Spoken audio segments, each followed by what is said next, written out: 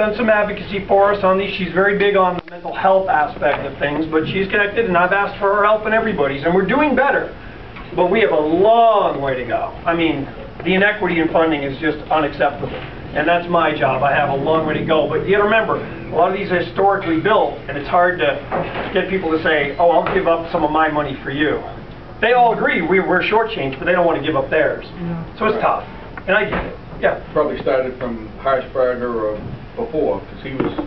Yeah, it's hard, Alan. Middlesex, and so wasn't Copeland. Yeah, it's hard, Alan. I mean, I think Middlesex County, if you use the word they use on Beacon Hill, the juice, is probably one of the most connected counties. They got more legislators than anybody. And you know one thing, Sheriff Departments in the past have been known to hand out a few jobs. So, and I said, I took that away from the Democratic Patriots machine in Worcester County. Let's call it like it is. Yeah. Just did. So, you know, it's been that way, and I think historically Middlesex County with the most juice has probably been able to take care of itself the best. But I'll give you an example. After Incarceration Support Center, I went to Springfield. I walked in Springfield, Mike Ash, he's a mentor to me. He's a tremendous sheriff, 40 years. 40 years he's been sheriff. He's got programs, he works, he's got more empty cells than any of us right now because I believe his programs are working. He's been at it for 40 years.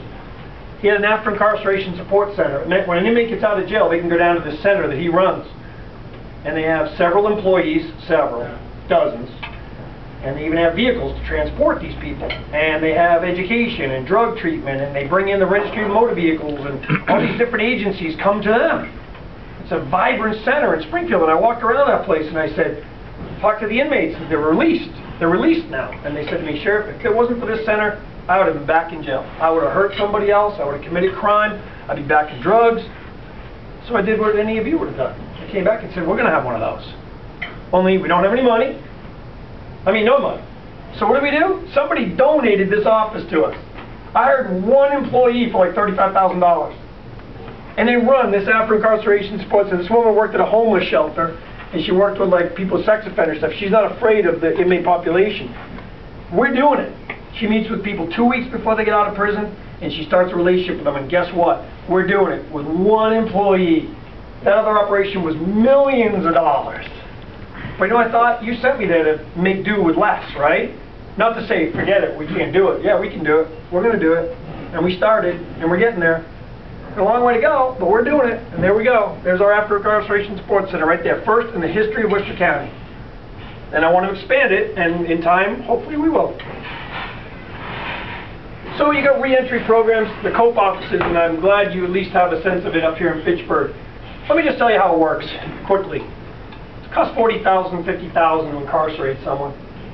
There's also these COPE centers can be used for about $4,000 a year. My attitude is this: never ever jeopardize public safety. Never ever would anybody should be diverted from prison who belongs in prison. But if someone has a drug offense, they're a nonviolent offender, we may be able to put them in a center where we can offer them daily drug testing. It's random. Color comes up, you got to do it. You don't do it, you're revoked. You go to prison. But they're interesting centers. I like these centers. They drug test daily. They offer programming. They give people an opportunity to turn life around. If they stay in the straight and narrow and they get through that programming, they can avoid that prison sentence. And if they screw up, they go right to prison. I like this concept. I think last time I checked, nobody wanted, when they asked people their top priority spending, it was like, let's build more prisons. I don't want, it's like that's not the top of anyone's list anymore. And Worcester County is the oldest county facility in the state. I got a building that's falling apart, to be honest, and it's an abomination, but I'm not here to cry about it. But the point is, we can do this, and I think they're interesting centers. And Fitchburg is a thriving center.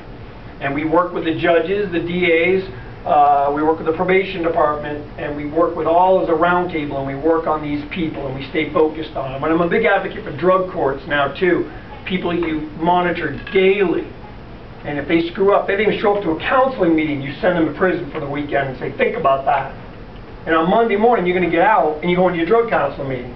If you don't go to that one, you're going in for a week, and after that, you're done. That's the type of approach we're taking now. And you might say, just throw them in jail forever.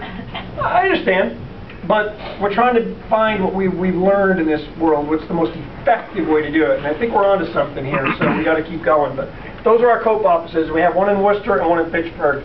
And I've worked really hard. I'll tell you this, you'll love this, and all you would expect nothing less.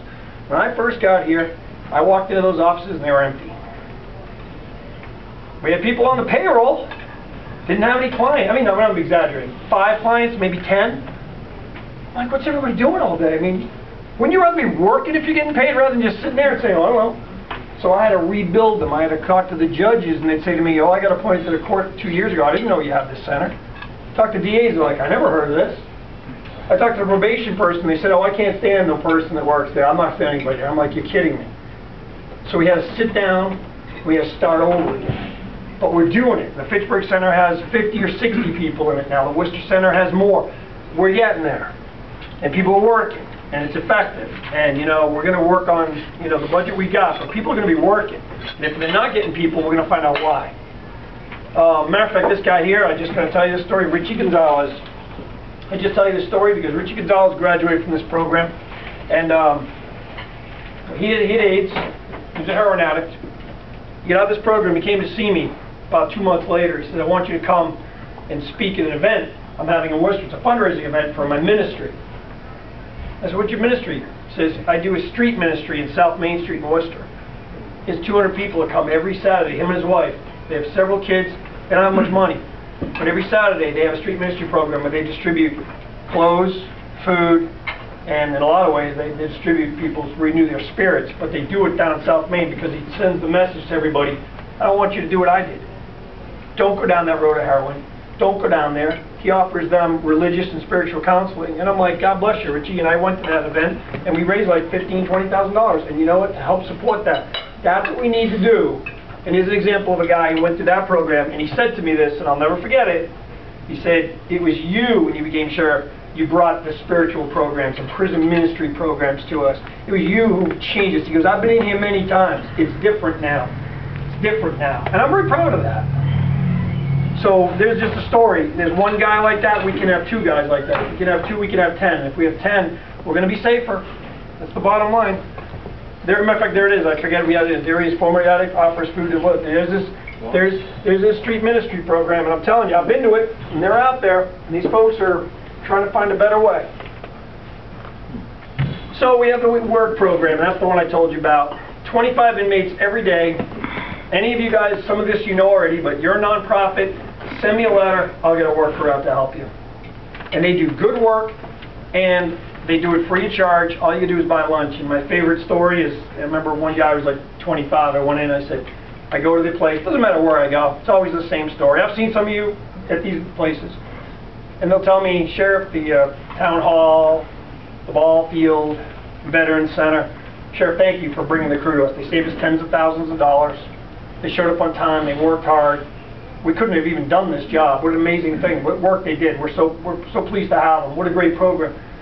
And I said to one of the inmates one day, I said, what do you think of being in this program? He said, Sheriff, I want to thank you. I said, why? He goes, 25 years old, I never had a job in my life. I was in gangs, streets. Got into this program, gave me a chance. He goes, every morning that officer comes and gets me at 6 o'clock in the morning. I look forward to waking up and going to work. Because you know what I learned? I learned that I feel good about myself because I have dignity from working. And imagine this idea. People have dignity from working. Maybe handouts aren't the way to build people up. Maybe it's put people to work and make them feel a sense of accomplishment instead of this learned helplessness that sometimes our government does, like just we'll take care of you and vote our way. All right? So, you know what I'm saying? Just like we're trying to teach people, and we do it for inmates. If inmates understand that work gives you dignity and self-respect, I think we can implement that throughout our culture, and we're going to be better off for it as a country. And I see it every day.